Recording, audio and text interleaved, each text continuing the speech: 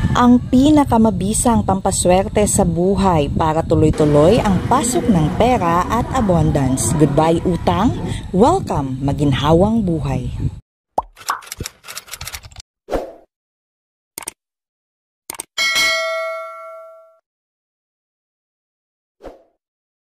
Naghahanap ka ba ng mabisang pampaswerte upang makawala sa stress at mga utang? For today's video ay isi-share ko sa inyo ang pinaka-basic at dapat na unahin nyong gawin kung gusto nyong guminhawa at magkaroon ng maswerteng buhay. Isi-share ko din sa inyo ang bagay na ginagamit kong pampaswerte or lucky charm na talagang nakapagdudulot ng matiwasay at magandang flow ng blessings at abundance sa ating buhay. Kung bago ka lamang sa channel ko ay inaanyayahan ko po kayong isubscribe ang aking channel at pakiclick na din ang notification bell para ma-notify ka agad sa bawat pag-upload ko ng bagong content. This channel is all about pampaswerte, horoscope, zodiac readings at mga updates sa taxes and licenses at iba pang BIR matters. Prayers and more blessings of abundance and prosperity to all of us guys. For today's shout out goes to Ma'am Lorna Dicena watching from Jeddah, Saudi Arabia, Ma'am Lourdes Bakayawa, Sir Alfredo Bisada, and Ma'am Sonia Pigirigan. Thank you so much for leaving good comments. Blessings of good luck and abundance in God's grace and mercy will shower us all. Let's claim it guys, always. Back to our topic, naniniwala ka ba sa swerteng dala ng mga elemento ng feng shui at sa positibong enerhiya at kakayanan nitong baguhin ang ating buhay at alisin ang mga kamalasan? If yes, then this video is right for you. Kung nais mong baguhin ang takbo ng iyong buhay, unang-una ay kailangan mong simulan ito sa iyong sarili. Matuto kang magkaroon ng positibong pananaw sa bawat bagay bago ka magsimulang kumapit sa anumang pampaswerte. Kailangang clear muna ang iyong isipan mula sa anumang negatibong elemento, maging ang iyong tahanan at kapaligiran. Kung kaya't, ina-advise na bago ka gumawa ng anumang pampaswerte ay mag-cleansing ritual ka muna upang maalis muna lahat ng bahid ng kamalasan na nais mong alisin sa iyong buhay.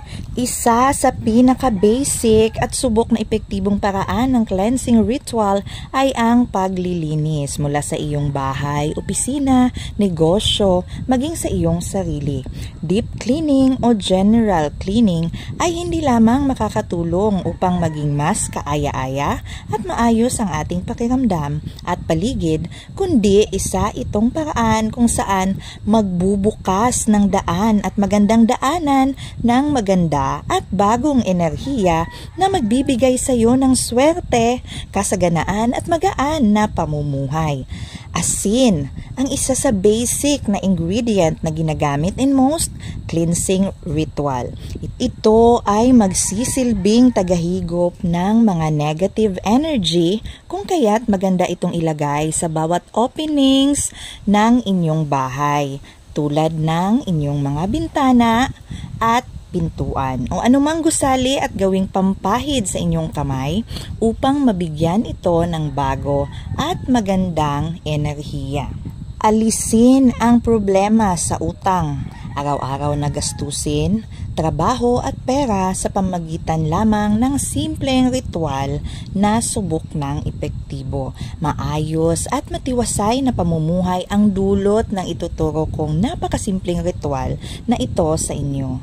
Ang cotton na isa sa pinakamadalas nating makita na ginagamit na pampaswerte ay napaka-basic ngunit napakaganda ng epekto bilang pampaswerte kung gusto nyo ng magaan at maayos na pamumuhay. So today, pag-usapan natin kung ano nga ba yung characteristic ng cotton at ano yung impact nito according to feng shui at paano ito gamitin to enhance positive energy upang makatulong bilang pampaswerte. Saan nga ba natin pwedeng idikit o ilagay ang mga cotton upang magdulot ng magandang epekto at positibong enerhiya na makakatulong upang makamit natin ang ating mga mithiing pangkabuhayan at magandang daloy ng kaperahan sa ating bahay at sa ating buhay? Pinakauna sa listahan ay ang hapagkainan. Lagyan ng cotton ball ang ilalim ng inyong dining table. Ang area ng ito kasi ng ating bahay ang pinakasentro ng blessings dahil dito natin pinagsasaluhan ang pagkain na siyang pangunahing grasya para sa buong pamilya. Kailangang maginhawa ang area na ito at nasisikatan ng sinag ng araw dahil mas mai-enhance ng sun rays ang epekto ng cotton ball na nakadikit sa hapag ninyo. Double the blessings by adding a mirror fronting your dining table. Kapag laging puno ang mesa, nangangahulugan ito na meron kayong maginhawang buhay. Prosperity, abundance, at magaan at maayos na pamumuhay ang ibibigay ng simpleng paglagay ng cotton sa inyong lamesa. Sunod ay kung gusto nyo ng magandang pagtulog at maayos na paggising araw-araw. Gusto nyo ng magaan na buhay at walang stress.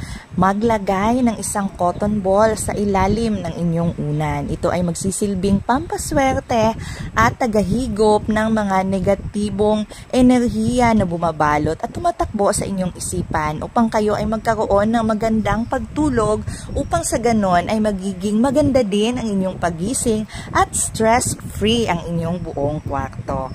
Isa pang pwede nyong lagyan ng cotton at napakagandang lagyan ng cotton ball ay ang ilalim o pinakailalim ng lagayan ng inyong bigas.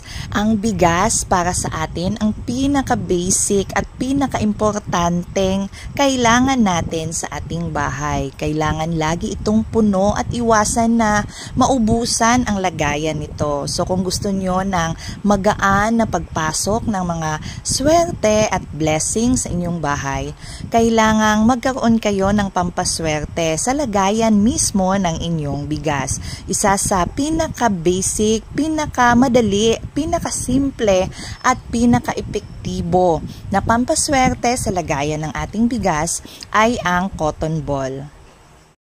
And the last but surely not the least, ang ating pitaka na lagayan ng ating pera ay kailangang lagyan din natin mismo ng pampaswerte na makapagbibigay, makapag-triple ng daloy ng kaperahan sa ating buhay.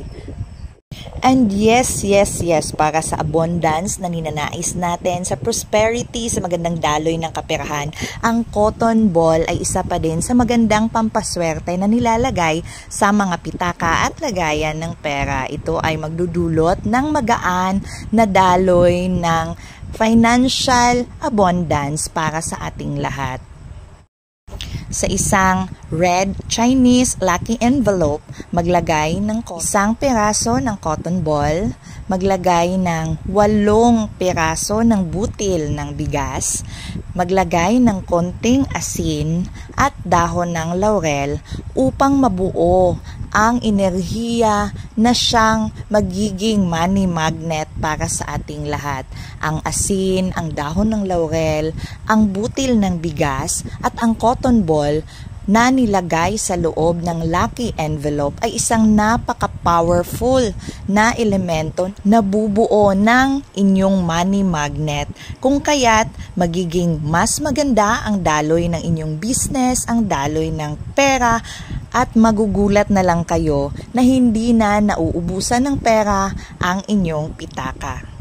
Kailangan lamang na pure at sincere kayo sa inyong mga intensyon at naniniwala kayo na sa tulong ng elemento at enerhiyang bumabalot sa inyong mga ginawang pampaswerte at sa impluensya ng mga elemento na pumapalibot sa atin ay magiging maayos at makamit natin ang kaginhawaan kasabay ng pagsisikap, dedikasyon.